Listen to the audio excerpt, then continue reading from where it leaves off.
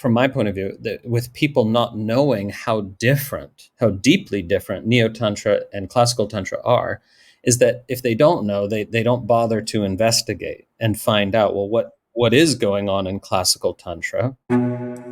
Hey everybody, it's Christine Marie Mason, your host for the Rose Woman podcast on love and liberation. And today I have a great treat for you, particularly the scholarly Tantra nerds out there, the people who are really interested in the ancient traditions and how they inform our pursuit of greater liberation today, because I have Christopher Wallis, also known as Hareesh, a man who is a scholar-practitioner and who many years ago set out to write what is now the textbook on classical tantra for many lay people. He makes very difficult concepts very accessible and provides a deeper background than is available in Neo-Tantra. But more than that, the subtleties with which he understands language, philosophy, and how it can apply to create more freedom and joy in our lives is really remarkable. He's a very unusual cat.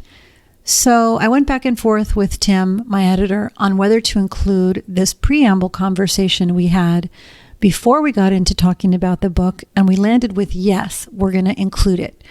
I start by telling Hareesh a little bit about you guys, like who you are demographically, what you're interested in, and what I've been covering. And then we drop into the story of sort of what it means to be a teacher at the top of your field, but still be committed to growth. So that's a little bit of a drop in before we get to the main body of our interview. I hope you stay to the end, and I hope you get an opportunity to study directly with Hareesh or someone of his caliber. And if you are collecting knowledge and material, then definitely get a copy of both of his books, Tantra Illuminated, and the one we are focusing on today, Near Enemies of the Truth. And then we can talk about it some more. So without further ado, here's my conversation with Hareesh Wallis. My show is reaching about 70% women, 30% men, mostly 40s and up, interested in questions of spirituality and science and ways to sort of shift their mind a little bit in a direction of more joy and freedom. So I've been covering sexuality, psychedelics, consciousness, some health hacks and things like that, a lot of things around institutionalized and internalized depression, Yeah. And I will tell you that when I first met you, I think it was through Mark Whitwell. He introduced us in Berkeley. He said, this guy's a Sanskrit scholar. You should study with him if you're really interested in going deep on anything.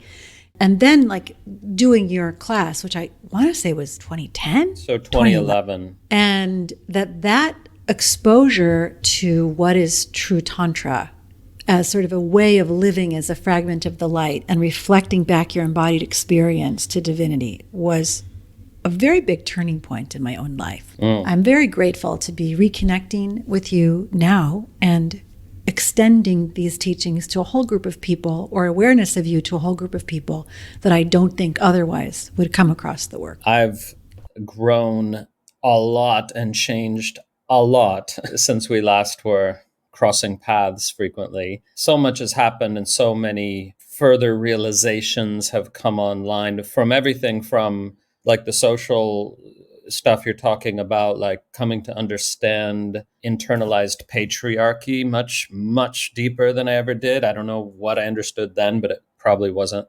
anything, to deeper developments on the spiritual path. To me, the difference is huge. If I look back to when we were last talking, I'm like, oh, I was completely clueless then, even if I sounded like I knew some things.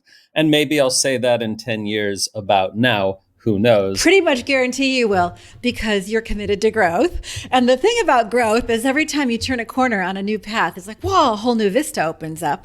And so that is actually one of the things I've been enjoying in the work that you've been sharing.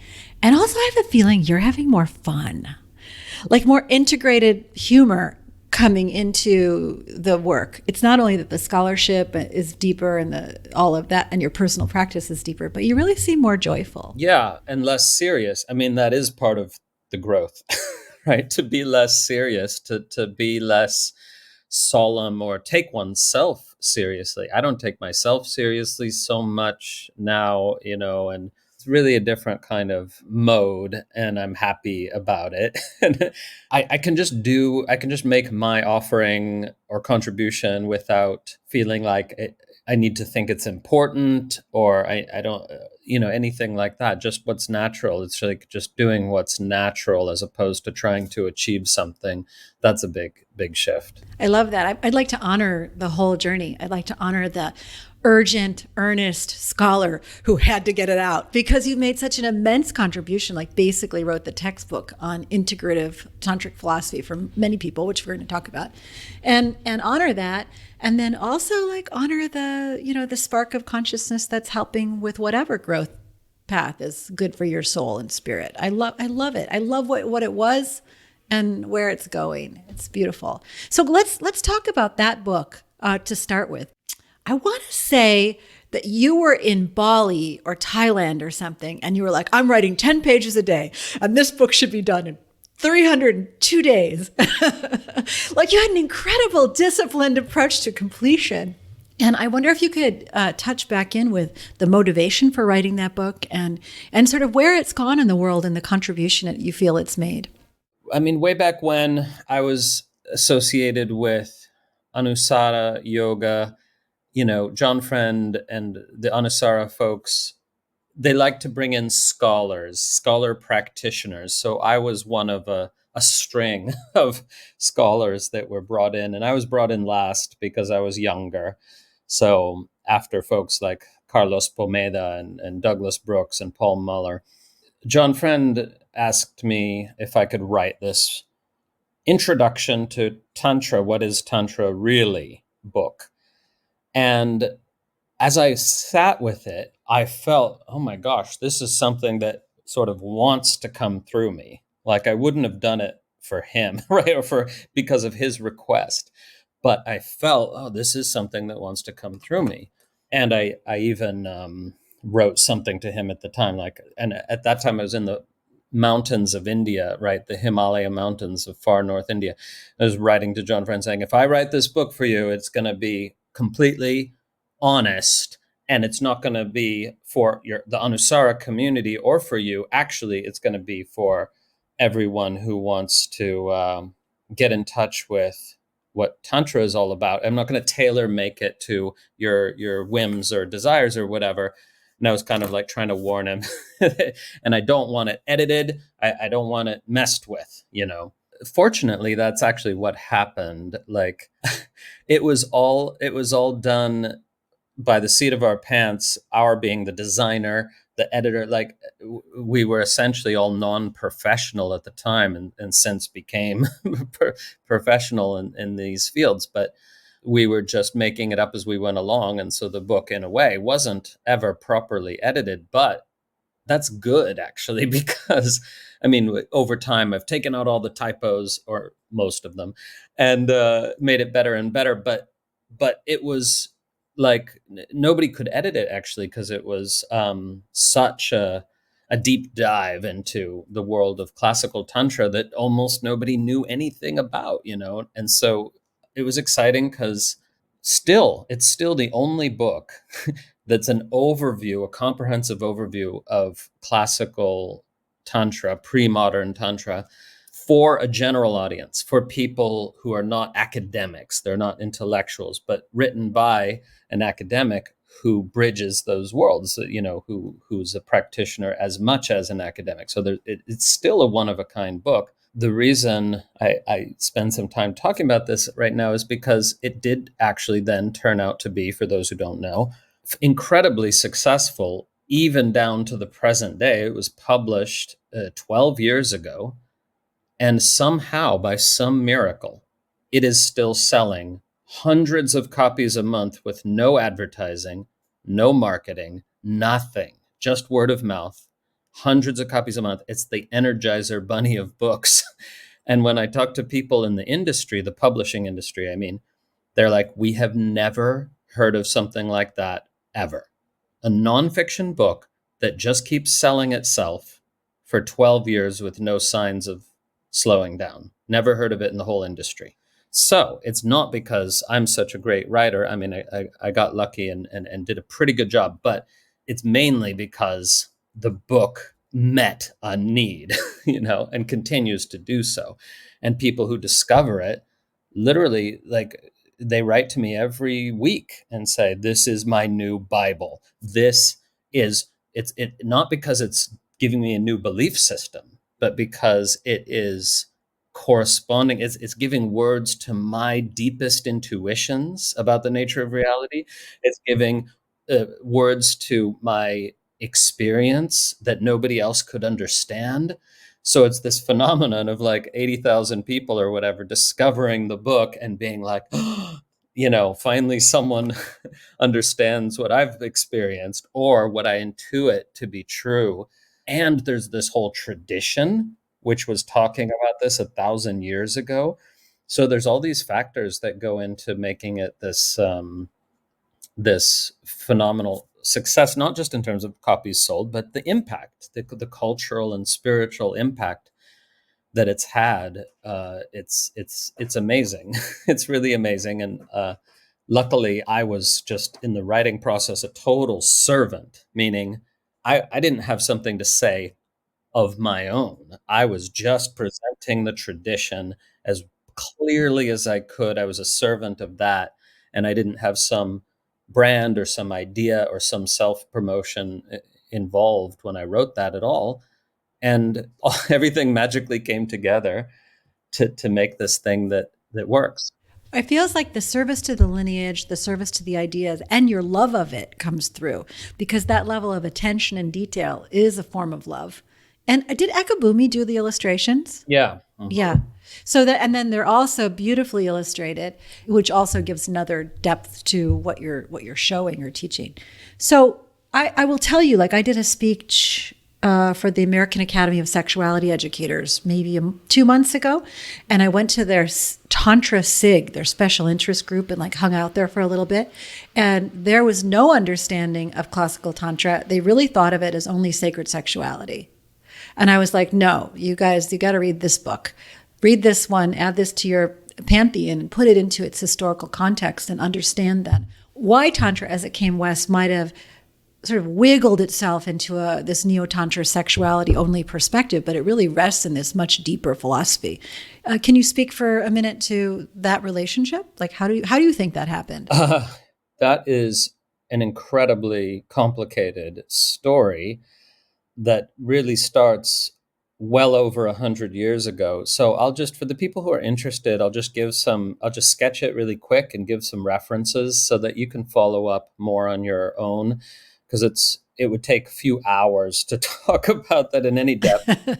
Basically, there were a couple of super influential figures back in the day, 100 years ago, several that mediated the transmission of ideas around Tantra to the West. The least famous, but actually most important of these figures was a fellow named Pierre Bernard, who started teaching in San Francisco around 1900, thus proving, everything weird and wonderful comes from San Francisco.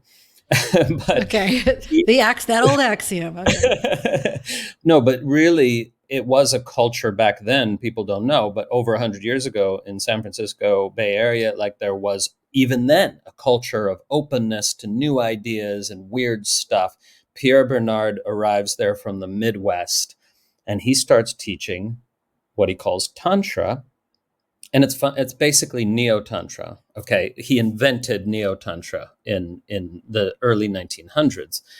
Now, what was his basis? Well, he had met a Bengali guru. Was he a guru? Like an East Indian, right, from the region of Bengal in India. Was he a guru? Was he just a interested dabbler? Who knows? But he impressed Pierre Bernard quite a lot and taught him some things about Indian Tantra, as the spiritual tradition, including some things about how it didn't exclude the dimensions of human life that other religions like Christianity excluded, especially at that time. So it didn't exclude the sexual dimension of our being. It didn't exclude any dimension of our being. in fact, consciously included every dimension, including the sexual, but not especially the sexual. Now, Pierre Bernard was fascinated by this. And when he started teaching his version of Tantra in San Fran in 1900 or so, he was still young at the time, and he taught a version that was essentially designed to get him laid. And this is not so different from... Wow. I know a few cult leaders. I'm sorry, ISTA practitioners. No, I'm sorry. I shouldn't say that. I should not use their actual, but they're still acting that way today. Yeah, exactly. So he taught, the highest form of initiation in Tantra is, having sex with the guru, who's me, by the way, and all this stuff. And anyway, he also taught some very interesting occult things. He mixed what he had heard about Tantra with Western occultism and his own sexual desires. And he was the beginning point for all Neo-Tantra in America. And not only was he teaching then, but he went on to teach for many, many, many more years. But he changed over time because he got thrown in jail for, the usual things. And then he changed his approach. He stopped having sex with students. He started teaching physical yoga. He started teaching postural yoga. And people in the 1930s were pretty freaked out about that too, right? They thought that was super weird. But he wasn't going to jail anymore for having sex with someone's wife or whatever, Then he became an important figure in the early days of yoga, physical yoga in America. And you can read all this in a really wonderful book called The Great spelled OOM, The Great one of the many names Pierre Bernard gave himself. There's that. And then there's also stuff that was getting started in the UK.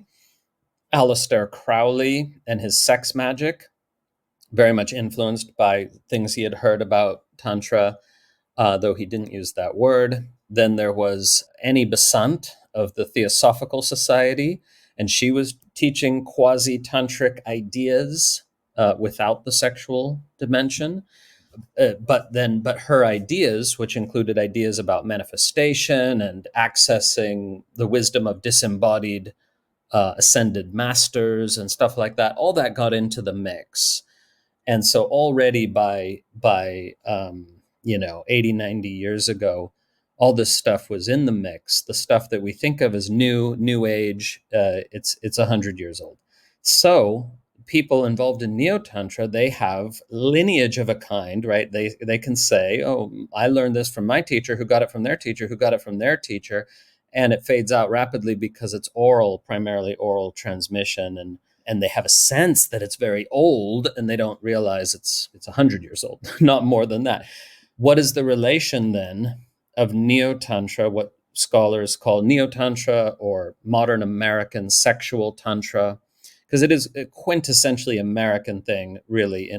What is the relation then of Neo-Tantra? The difference between that and classical Tantra is huge, because the original progenitors of this Neo-Tantra teaching on so-called sacred, the difference between that and classical Tantra is huge, because the original didn't have direct access to classical Tantra, because you needed formal initiation, you needed access to a lineage that carefully preserved, and didn't have direct access to classical Tantra, because you needed formal initiation, you needed access to a lineage that carefully preserved and guarded its teachings, and people didn't have that. So to be clear, when others like Osho or Rajneesh come into this mix, he also did not have, despite being Indian, he did not have access to a tantric, but no actual have access to real Tantra on the part of any of these folks. So they improvised. They're at the verbal remix of everything he had read, but no actual access to real Tantra on the part of any of these folks. So they improvised. And their improvisation must have had some magic or something to it because so many people glommed onto it. Yeah, it's not to say that any of this is bad or wrong. I mean, it just doesn't have the connection back to the classical piece. Right. Interesting. Whether a teaching or practice is harmful or helpful has nothing to do really with its origin. That's why the great philosopher William James, the originator of much of what we understand about psychology, people think it's Freud, but it was actually William James. Anyway, he wrote in the early 1900s about the concept of fruits, not roots. That is to say, measure a spiritual teaching or practice or experience by its fruits, not its alleged roots. Measure the value of it, I should have said, by its fruits, not its alleged roots. This is actually a very good guideline because all kinds of bullshit is justified on the basis of putative ancient roots. There might be good stuff coming along that doesn't have such roots. So it really has to be evaluated on its own merits because of the impact that it has. Well, I also like the idea of maybe finding fruits and roots at some point where you have the root understanding of its evolution, because things have that essence inside of them as they grow and spread. And so you know where it's coming from and how it originally formed. And then you also get to have the direct experience. It also gives a little longevity cred. Yes. There's that one thing, like the only reason to pay attention to how old something is because, has it been tried and tested over generations in multiple different cultures? That actually matters. If we're talking about a globalized scenario that we have now, how do you know a practice or a teaching is going to work for virtually anyone, anywhere? Only if it's been tried and tested over multiple generations in multiple cultures. And classical Tantra was, even before the modern period it was, because classical Tantra spread into Southeast Asia, the whole of the Indian subcontinent, of course, all the way to places like Bali, and then it spread all the way to places like Japan and Korea, Vietnam. So, and it flourished in all these areas over hundreds of years, right? So that is some credibility right there. But the main problem, from my point of view, with people not knowing how deeply different Neo-Tantra and Classical Tantra are, is that if they don't know, they don't bother to investigate and find out, well, what is going on in Classical Tantra. For the same reason, I tell people, look, the Yoga Sutras of Patanjali is literally the least appropriate central text for modern yoga teacher trainings that you could possibly select. And the problem is that if people don't know that there were traditions, and still are, that celebrated the body, that taught how to go deeper into embodiment, you don't bother to investigate those. And you've got, people like Patanjali saying, no, the goal is to get out of the body, to transcend. And here's Tantra, classical Tantra, saying, actually, we can experience divinity in and as our humanity, and yet it hasn't gotten, at least until very recently, the attention it deserves because people just don't know what a treasure trove the classical tantric tradition is for teachings and practices. Last piece on this, just to differentiate them really clearly. In classical tantra, the goal of practice is always, always radical freedom from your sociocultural conditioning, where that binds and constrains your experience, freedom from mind-created suffering, freedom from the unresolved experiences from the past that are hanging out in your system, and virtually every other kind of freedom that you can think of, but those are the main ones the tradition is concerned with. And freedom to be completely natural in harmonious flow with the energy of existence, with the totality of being. That is the goal. In other words, spiritual liberation. The goal is never about how to feel good, how to have better orgasms, how to have a deeper relationship with your partner. So the goal is fundamentally different. Even when Neo-Tantra is in its more sophisticated expressions, it's still usually about how to have a better relationship, how to go deeper with your partner, how to have more intimacy, how to have better sex, energetic intimacy as well. And that's all beautiful when done well. That's laudable, but it's a different goal from classical tantra. I mean, I feel like that would be the side effect if you were be natural, be in the flow, be unattached to prior stories of suffering. If all those things were happening on the natural, your energy would be moving and your relationships would be better. So I agree. it feels like focusing on that is like putting the symptom or the outcome at the heart of it versus looking at the core cause. Exactly. Very well said. Beautiful. So here we are. You're bringing this forward at a time when we have the Instagramification of every idea of neo-spirituality, every sort of blending of the quantum science that's being documented in actual physics with manifestation theology, or everything's memeified. And here you come sort of at this next juncture and you say, look, there are a lot of good things out there that are in these memes, but you're not mining the gold. How did this current book, The Near Enemies of the Truth, emerge? Yeah, from observing exactly that there are some really significant negative effects to not only memification, but I mean, memification is itself a symptom, right, of the shortening of the attention span and the commodifying of attention in social media, right? And the deeper issue of, as it often is a capitalistic structure in which what sells best wins, and what sells best is not necessarily the best thing for people, right? And in this culture of faster, more streamlined and everything, it's like, oh, let's try to boil things down to their essence and get these cliches or these, bumper stickers or these easy to say phrases, like be in the present moment, follow your bliss, speak your truth, everything happens for the best. The universe is giving me a sign. There's so many, right?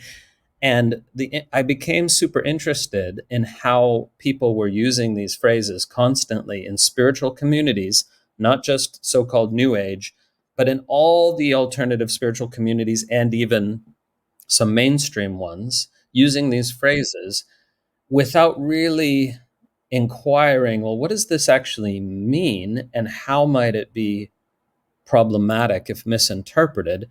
Because when you try to boil an idea down to a pithy phrase, you almost always end up with a near enemy of the truth. Okay, so just to define that really quickly, something that's close to the truth, so it's near, but it's also an enemy of the truth in the long run. Like it'll work as a stopgap, it'll work in some context to help you a little bit. But in the longer run, it's going to lead you astray, even though it's adjacent to a truth. It's not close enough, right? So, for example, give very simple examples, in Buddhism, they say the near enemy of compassion is pity. The near enemy of love is attachment, right? So those are very simple examples, just single words. But I was interested in the more complex examples, like if be your best self is a near enemy of the truth, what is the truth in relation to which it is a near enemy, right? And that's what the book is about. It takes these 19 spiritual cliches that almost everybody hearing the podcast, you've said one or more of these with possibly deep conviction. And you've heard nearly all of them, probably all of them, bandied about as as truth, but they are shortcuts to a deep inner contemplative process, which is so beneficial. And the shortcut is not the shortcut, the near enemy statement, like whatever it is. I've given some examples. You create your own reality. That's another one. It's like a Band-Aid you're trying to put onto your experience, or to make sense of your experience, or justify something. When it becomes a truism, it's not investigated. So what I argue in the book is that all of these statements, there is a deep truth to which they are adjacent, but that deep truth cannot be said in a bumper sticker phrase. So the point is you have to read the chapter to go on a journey. There's a chapter for each near enemy, and you go on a journey and you find out, if you do the contemplation and go in the process, you find out what, in your own experience, the deeper truth is to which the cliched phrase is merely a near enemy. And you realize, oh, that can't be put in just a few words because it's too nuanced. It's too ineffable. It can't easily be captured in words, and for good reason, because it has to do with experience, human experience, which is not easily capturable in words. Everything that can easily be put into words is a concept. Concepts are put into words, but concepts are not what help us go deeper into and more fully, lovingly embrace our human experience. So that's the idea. Yeah, there's something deep in here that is like this one in particular works on so many levels in the culture right now. You've got the ideas of like everybody has their own unique truth. Yes, that's true, right? Yes, that's accurate. Like we all have our perceptual filters, that there is no objective truth. All of that's true. But I'm more interested in this idea of abstraction layers. Like you have your actual embodied experience with all your senses coming in. But even by the time that's formed as a full thought in the brain, it's like you've got visual perception, audio perception, and it's all getting integrated in the back of the brain. And even in the integration, there's line loss, where it's like co-located with a timestamp and turned into a memory. You've already abstracted away from the initial direct experience in the body. And then you try to summarize that with a pointer or a shortcut. And then you take a picture of that. And then you put metadata around that. And then you share that picture on social media to other people out of context. And that as each layer of abstraction increases, you're getting more and more distant from that direct experience, but that we're being acculturated. Like I went out last night and I was in a really unique and beautiful place. And there was a portion of my attention the entire time, like self-narrating and curating what from that moment I could take a picture of and share it public. And that thing, that very sort of extraction and like objectification, parsing of the full scene to take a picture of one small piece would already completely mistranslate the direct experience to the viewer. And so it feels like this speak your truth ties deeply into the overarching idea of the book and memetics, that in some way there is no way to fully speak and give a shortcut to the truth. It is utterly, deeply direct experience. Yes. That was a long ramble, but I hope. Beautiful. No, that was beautiful. That was amazing, because it's exactly right. How people are not for the most part, not considering how we are not just one step removed from what we might call direct experience, but multiple steps removed. It's the soup of the soup of the soup of the soup, especially when you're, absorbing through technology. Mm-hmm. But let me drill down on this a little bit. So direct experience, just putting neuroscience aside for the moment, right?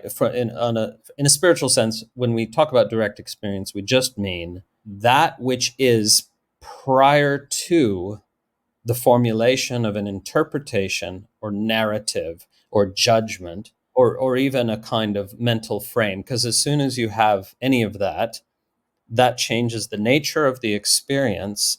And because humans in the 21st century especially have become such conceptual creatures, they don't even notice that the interpretation of the experience has now changed the experience, that the experience itself matches the interpretation more because the interpretation has been overlaid onto the experience, and confirmation bias does its work and other stuff falls away, doesn't get noticed. Something else gets highlighted because of that interpretation. And then we end up experiencing our concept of the experience and not even noticing that we've lost the original. We only have a copy and a copy of a copy, because then you remember it, and that it changes every time, So direct experience is by its very nature, of course, ineffable. It cannot be described in words. It cannot be conceptualized, because as soon as it is, it's not direct experience. But it can be entered into through, it requires quite a bit of patience, but it's a meditative process by which you keep setting aside all the thoughts that are trying to impose themselves, the interpretations that are trying to get in there, the mind's attempts to understand. All of that keeps getting relentlessly set aside, but you have to be patient and gentle. And you keep going into the body, you keep going into the sensual field until you're experiencing it so directly that you don't know what it is. Like you would honestly say, I don't know what body is. I used to think I know, but that was a concept. That is such a sensual invitation. It is. Like even as you're saying it, I'm like breathing into what you're saying. Like, what does it feel like to not know anything? Yeah, and there is still the qualia of experience. So like that's a helpful term, right? Qualia, in terms of the redness of red, is there in direct experience even without any concept, or even without the word, if you were to forget the word red, right? And in the same way, all the qualia of experience are already there prior to interpretation, prior to labeling. And so we do this like thought experiment where it's like, oh, pretend right now you didn't have a name. Pretend right now you didn't have memories, but everything else is here. Awareness is here and experience is here. Without memory and without labels, it actually gets more vivid. Experience becomes much more vivid and visceral and sensual. This is the true sensuality of Tantra, by the way, right? Going deeper into the sense fields, and everything is heightened and everything is more beautiful because you're not seeing it through a conceptual lens anymore. It's the ultimate presence. The ultimate presence? Yeah, it's the ultimate, like, being present here. I mean, it feels a little overwhelming. It can be, but then the next step in the process is to actually dissolve the false sense of a separate self, because that's what gets overwhelmed. If you don't have a separate self, you can't get overwhelmed. Mm-hmm. Yeah, this is okay. Okay, this is so beautiful. I'm trying to do it. If you're in a place where you're not driving, basically. If you're not driving right now, what would it be like to look at everything around you without any labels, names, knowing of what it is, without naming it, and just to like see it and see its shape and feel it? Like, that exercise is what I mean. Is like what it's doing, even as I do it here and look at my. Now I'm not going to label them colored pencils, but I'm going to look at the colors, and I like try to like really feel them. They fill the space, and like they pop out in their hyper qualia, like all the subtleties pop out. And a few minutes ago, they were just like a background. So I wasn't here with them because I'd labeled them pencils, and they were sitting across from me. So I think when I say it's overwhelming, that bringing in that level of perceptual awareness shuts down a lot of thought. It shuts down a lot of extraneous factors that aren't right here, right now. It literally overwhelms the thought capacity with perception, in a good way, with perception. In a good way, yeah. Having done that, then the invitation is to go more subtle with it. And by more subtle, I mean going into dimensions of experience that are not sensual. But you practice, you always start with the sense fields, you always start with the physical body. And then you go into these realms of experience that are more subtle. And I'm not talking about the imagined realms of experience that, people who claim to be psychic are talking about. No, I'm talking about just the experience everyone is having, but they don't notice. So the subtler dimensions of embodiment, because if you go into the depths of the body, it's a profound mystery, and you discover these subtle and sometimes not subtle energies that you didn't know were there, and they start expressing themselves, because all it takes is some attention, some awareness, and that is a kind of power, directing awareness into the depths of embodied experience. And whatever's there starts revealing itself and even unraveling itself, which is a great thing. Now, to some people, it might sound, oh, that sounds scary. What if whatever's in there is not good? But it's not like that. It's more like we get stuck, we get stagnant in our habits, our ways of thinking, our behavior patterns, and most importantly, unresolved pieces of experience that are hanging out in our body from the past. And when we go into those and let them reveal themselves, let them express themselves, let them unravel and unbind, then there's freedom, there's flow, and everything finds its proper place in the whole system. Some stuff needs to release, some stuff needs to digest and integrate, and it's never gotten a chance to do so because it never got bathed in the light of awareness. This idea, the healing versus digestion question, has been a big part of my journey this last couple of years. That my feeling right now is that all of human conflict and cultural conflicts come down to the inability to hold the completeness of one's own experience without blaming, shaming, or spewing on somebody else. And that the entire development of inner peace is a capacity to digest what has already happened and to be in a clean out process that you can hold whatever's happening. You can hold it without trying to smack the other guy or take their toy or whatever. The emphasis in modern trauma healing, et cetera, like this idea that it's going to be that you're going to be at an end point and be healed, versus I have just expanded my capacity to digest experience in real time, and it doesn't linger. Exactly. And just a little quibble with language, you can't hold it all because it's too much, right? And the imagined separate self isn't capable of that. The self we think we are and even experience ourselves to be, right? So the cue in classical tantra is more like, at least in the Krama lineage, which I've gravitated to more since you and I were last talking. The cue there is, instead of hold space for, try to hold it, to become the totality of your experience, to melt the apparent separate self into the total field of experience. Completely. Yeah. And if you become the whole field of experience, then digestion, what we call digestion of emotion and experience, becomes a natural process because it wants to digest. It's just that you're resisting because sadness or grief or anger or whatever it is feels uncomfortable.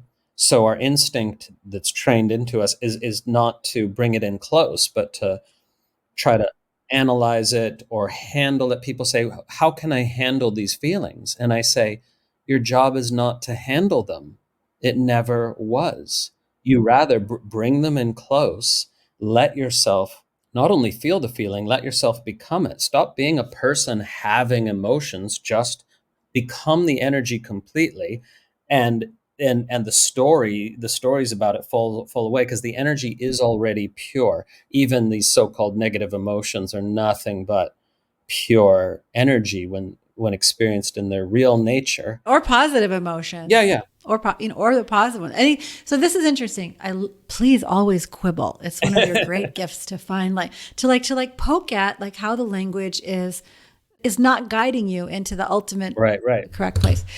So when I say hold it, there's a quality to saying I can hold the experience that's like a discipleship, like a little bit of martyrdom, like I'm a strong, I see what you mean. Versus being like, I can receive it. I can unify with it. I can ride the wave of that. I can be the wave of that. And then it dissipates. That's very different. Good. That's great. Thank you.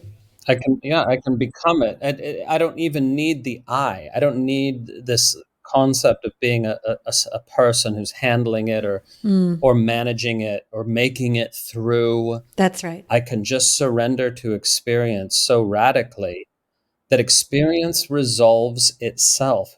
The mind is scared about this. The mind is like, how could that possibly work? But it does. It does. And the only caveat you need for the listeners, the only caveat you need is that you're not surrendering to your story. Uh-huh. You're not surrendering to your belief about the emotions. You're just surrendering to the experience. So the contents of thought are not relevant. Thoughts are fine. They're perfectly fine, but their contents are not relevant. Their contents are a made up story, justifying experience, trying to explain away experience. So you don't ever surrender to your story about experience because it's not real. You surrender to experience and it will resolve itself. Beautiful. I want to tell people that in the audio version of the book, which you narrate yourself, and obviously you have this beautiful, deep voice, so it's such a joy to listen to. At the end of those chapters, you actually do a guided experience, a guided meditation to sort of help people explore these topics, these near enemies on their own, investigating their own, like, have a look inside. How is that for you? And by the way, when I read the audiobook, my voice is actually deeper because I'm consciously speaking from the belly. I'm speaking from the heart and the belly, and it changes the quality of the voice a bit. It goes a little deeper. It can happen at any time, but it happens when I read, because I'm trying to share not just the words, but the energy of where those words came from. I'm trying to share that with the reader or listener.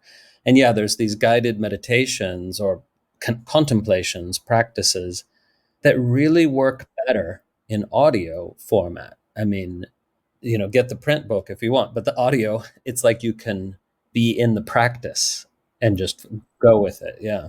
Tell me about your community now. You're teaching all over the world. You have online community. You have a lot of people on Facebook.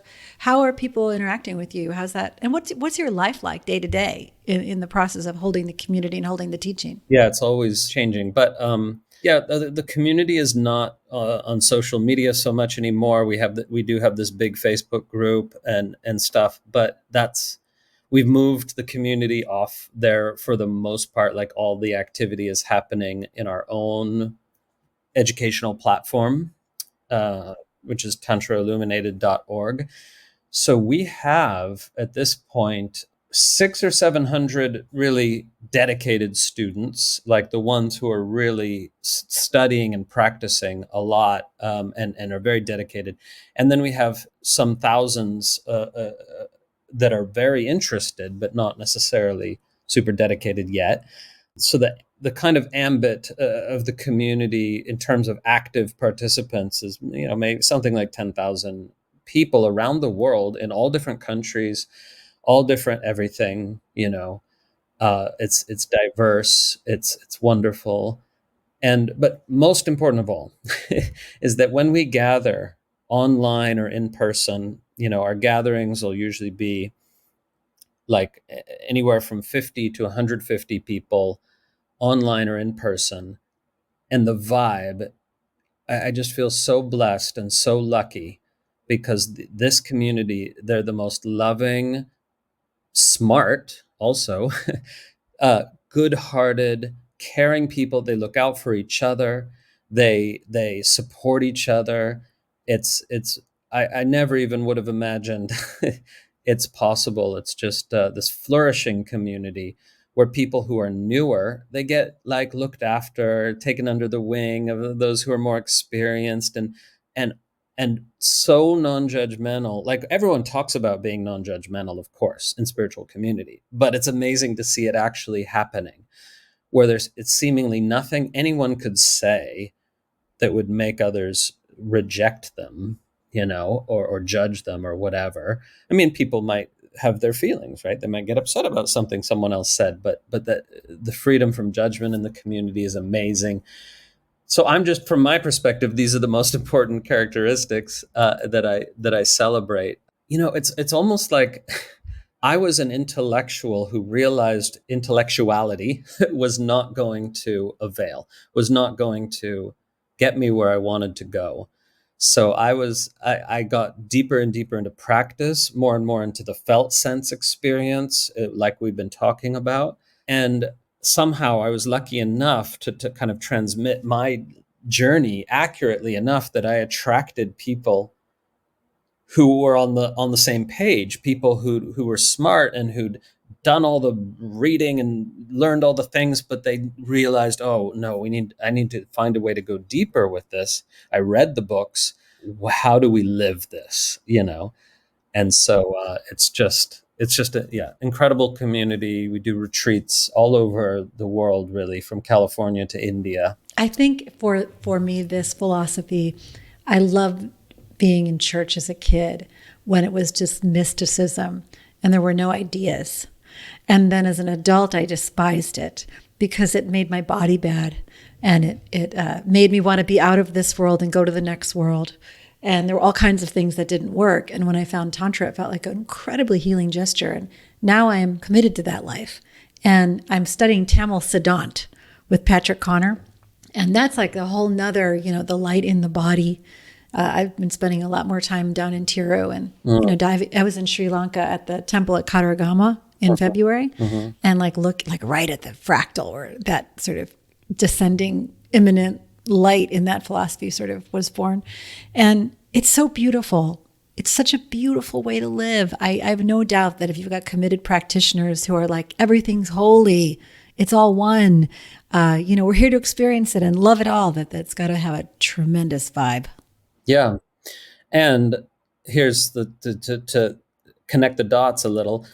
This Tamil Siddhant, its origin historically is in Shaiva Siddhanta, which is part of Tantric Shaivism, right? So a lot of people don't even realize that it is Tantric, right? Because it doesn't have these transgressive elements, blah, blah, blah.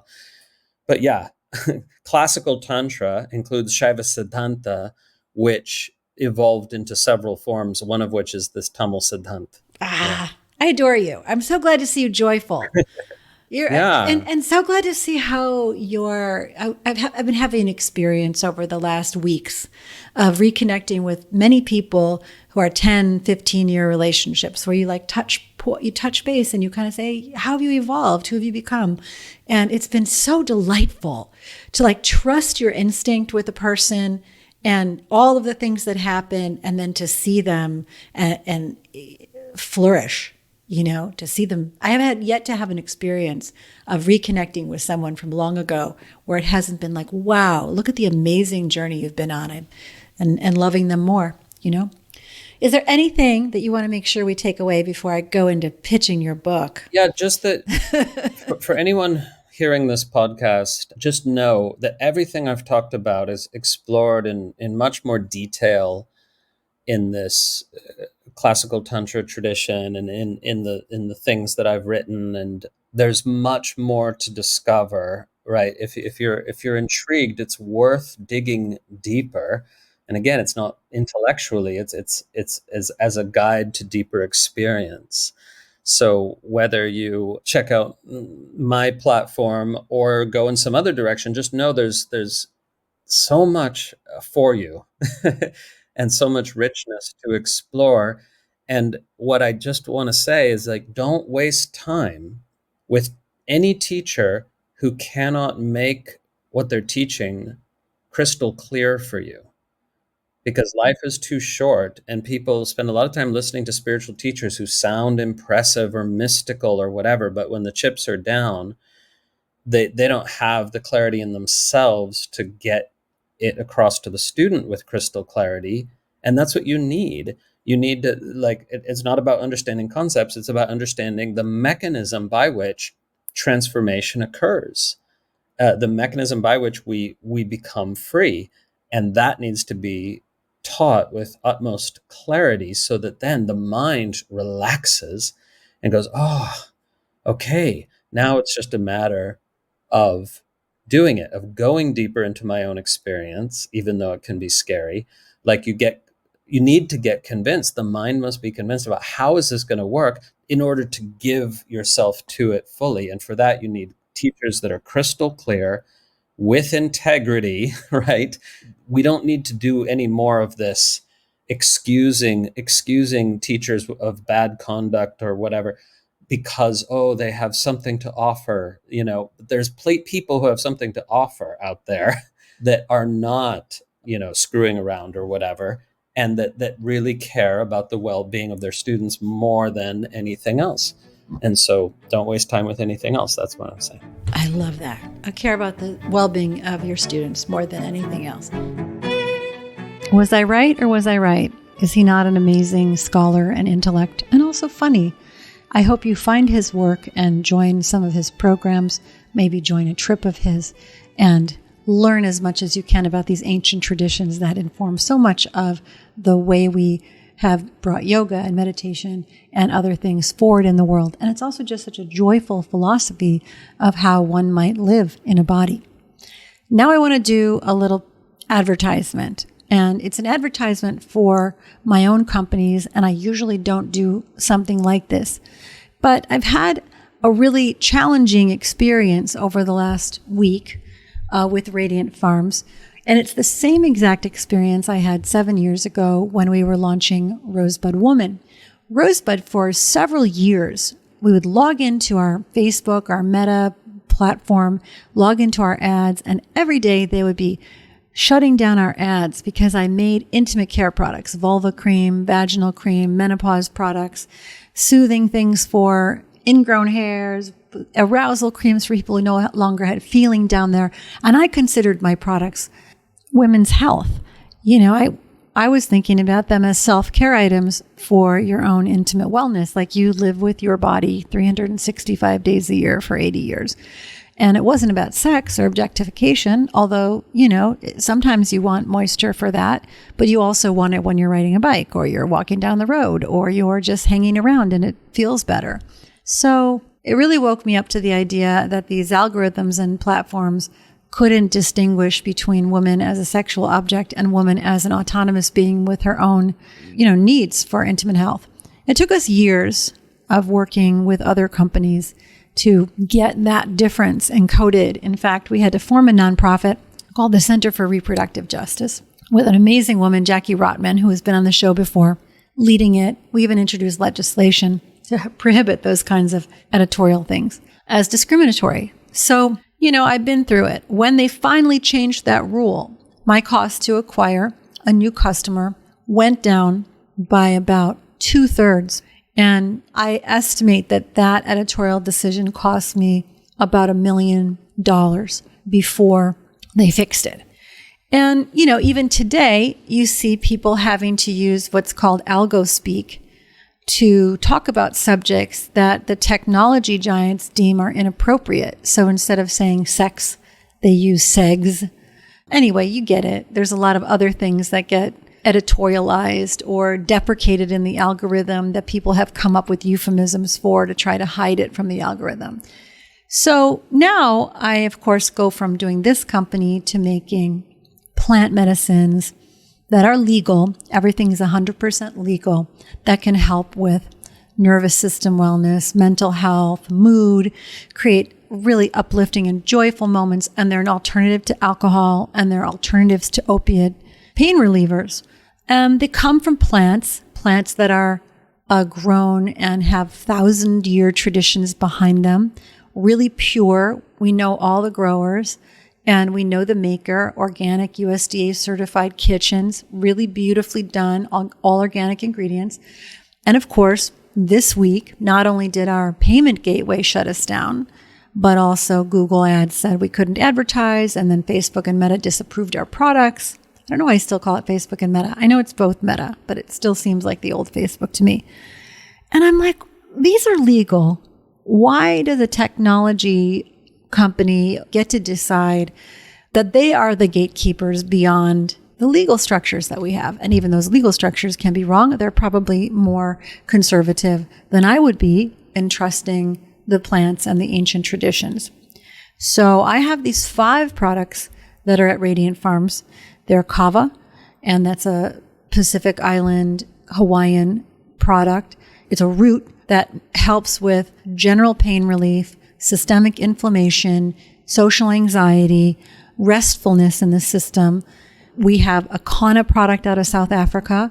Kana is used before the hunt and before sexuality to remain alert, but with a soft heart. There's a blue lotus, which is a dream enhancer. It enhances creativity and intuition. It's a little bit of an aphrodisiac. That's considered a sacred plant in at least 5 different traditions in Hinduism, in Buddhism, in Egyptian theology. There's all kinds of goddesses that use blue lotus that carry it as one of their, the icons they hold in their hands. I have a bobinsana, which is a less known plant, but it's my personal favorite. It's definitely a mood uplifter, a heart expander, and you can read about that on the site. And we have a ayahuasca vine only, the copy vine. And that, if it's combined with another plant called chacruna, then it creates this psychedelic experience that you hear about when people do ayahuasca ceremonies. But when it's not combined with that, it is just a nervine. It's a neurogenetic. It helps grow nerves and connections in the brain. Synaptic connections in the brain are enhanced. It helps enhance the transmission of information through the brain and the whole body. So its isolates, harmine and harmaline, are used for Parkinson's treatments. And, Merck, even in 1927, synthesized some of the core alkaloids in that plant to make a drug called telepathine. So I believe the whole plant extracts are better than the synthesized isolates because they often have helper alkaloids that counteract some of the symptoms that you get, side effects that you can get when you take an isolated molecule. So I tell you all of this because everything that I put out, the intimate care products and these gummies, get 5-star reviews from everyone who tries them. And I feel like the only way this is going to grow in an environment where there's so much censorship is if we tell others. Like, I don't want to say word of mouth, but really word of heart. If you've tried something lovely, to share it and tell others about it. And so I would love for you to try the Radiant Farms gummies and to try Rosebud Woman's intimate care products. They're super beautiful. I put so much heart and care into the formulations, into the ingredients, and that's my plug. I will continue to make beautiful things. Our team will continue to make beautiful things. And hopefully, if you love them, you will tell others so that we don't have to keep speaking, algo speak, and guessing, making people guess. This is a vulva balm that creates resilience and replenishes tissues and solves the problems of thinning skin in the vaginal wall. This is a serum that stimulates blood flow in that part of the body. And because it stimulates blood flow, it creates natural lubrication, plumping sensation for people who don't have a lot. This is a soothing cream, man or woman. If you have skin that is inflamed or itching or irritated for any reason, it's got calendula, comfrey, mint, aloe, beautiful herbs to soothe the body, and et cetera, et cetera. Like, I really make them work.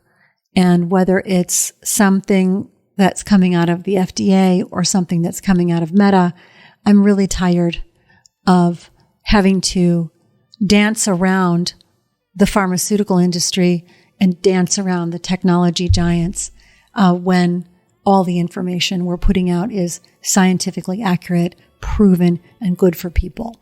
So you can find those two companies at rosewoman.com and radiantfarms.us. I hope that you're doing amazingly well out there.